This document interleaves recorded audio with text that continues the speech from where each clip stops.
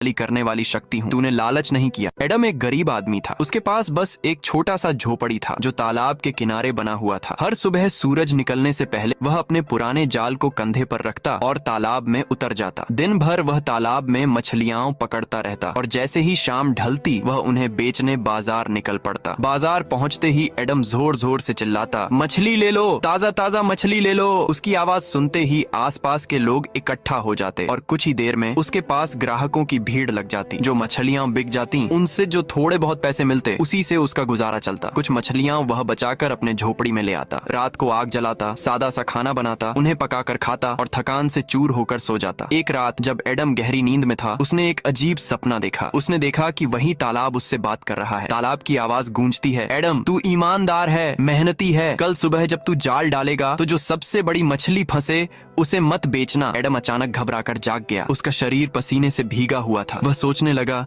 कि शायद यह सिर्फ एक सपना था, लेकिन तालाब की आवाज उसके कानों में बार बार गूंज रही थी। अगली सुबह एडम फिर तालाब पहुंचा। उसने जैसे ही जाल डाला, एक बहुत बड़ी और चमकदार मछली उसमें फंस गई। इतनी बड़ी मछली उसने अपनी जिंदगी में कभी नहीं देखी थी। एक पल के लिए उसके मन में लालच आया कि अगर इसे बेच दे तो बहुत सारे पैसे मिल जाएंगे, लेकिन तभी उसे रात का सपना याद आ गया। एडम ने उस मछली को बेचने की बजाय अपने साथ घर ले आया। रात को जब वह झोपड़ी में बैठकर उस मछली को देख रहा था, तभी अचानक पूरे कमरे में तेज रोशनी फैल गई और वही मछली इंसान की तरह बोल उठी, डर मत एडम, मैं इस तालाब की रखवाली करने वाली शक्ति हूँ। तूने लालच नहीं किया, इसलिए मैं तुझे वरदान देती हूँ। अगले ही पल एडम की झोपड़ी एक पक्के घर में बदल गई। उसके फटे कपड़े अच्छे कपड़ों में बदल गए और उसके हाथ में एक ऐसी थैली आ गई जो कभी खाली नहीं होती थी। मछली ने कहा, इस धन का उपयोग सिर्फ भलाई के लिए करना। इतना कहकर वह मछली वापस तालाब में समा गई। उस दिन के बाद एडम ने मछली पकड़ना नहीं छोड़ा, लेकिन अब वह गरीब नहीं रहा। वह जरूरतमंदों को मुफ्त मछली देता, भूखों को खाना खिलाता और तालाब की हमेशा देखभाल करता। धीरे धीरे लोग एडम की इज्जत करने लगे, उसकी ईमानदारी की मिसाल देने लगे और तब एडम को समझ आया कि अगर इंसान लालच छोड़कर सच्चे मन से मेहनत करे तो किस्मत खुद उसका साथ देती है।